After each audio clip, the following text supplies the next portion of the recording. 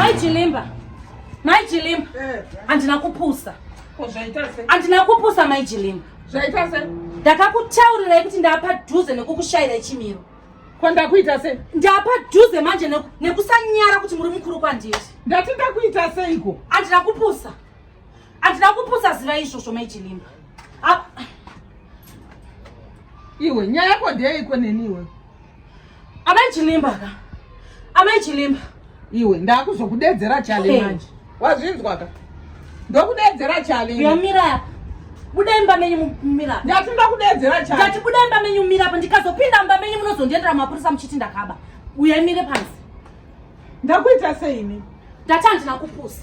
Ndo miedzi yengu elendi. Amai Jilimba ndinakupusa ngati budai panze. Budai panze. Otherwise kana kuti ndiri kunesana nevanhu vakuru muraini. I'm prepared because it's enough now. Zvakwana. Budai panze. Budai panze mumira. Ndakuita sei? Ndati budai panze mumira. I'm sick and tired. Budai panze mumira. Zvanyaniko. Kwakanake. Imi we. Mai Jilimba kwakanake. Uyu ndo muedzi. Aiwa budai zveni. Ngavabude vamira.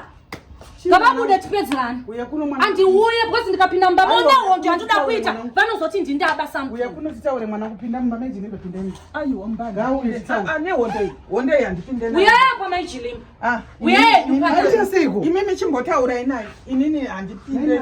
Vanotinyanyira maya. Vanotinyanyira nemwana wawo dzichalere kufuta. Tichinyarara inini. Vaita sei? Chi. Taura nyaya yako zvinai.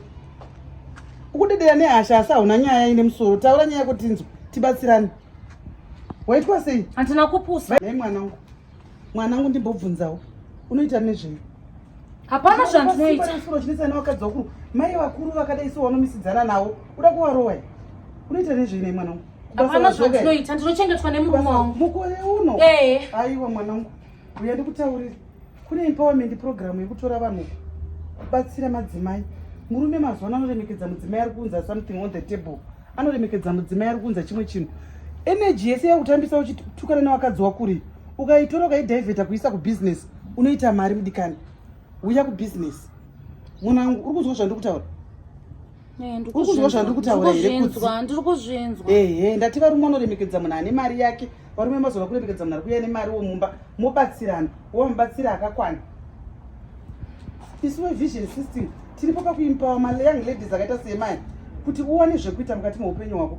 Marketing strategy, marketing plan, weya wodzidziswa pachena, wodzidziswa mahara, wopinda mubusiness, wotanga kuzviitira mari dzako. Uri kuuya here kudzi? Ndinouya asi utsura neina Mai Jilimba. Usamisidzane nevakadzi vakuru, siyana nawo, vava vanhu vakuru avo. Siyana nawo. Ndinouya matinde kupi? Vision system tiri muHarare pana First naJason Moyo. Ndokupa nhamba dzangu. Wondifonera. All right. Tora nhamba dzangu. Kandotora phone yangu. Umatsiura Mai Jilimba. All right mwanangu. Tombena. Hello. Ndadzoka. What do you do? Ndakukumbirawo nhamba dzenu. Alright. I'm interested nezvamanga muchitaura. Wafarira business. Ndafarira business. All right, ndikupe nhamba dzangu unondibata mangwana wako ya. All right, 0772 0772 843 843 935 Bernadette. Yes.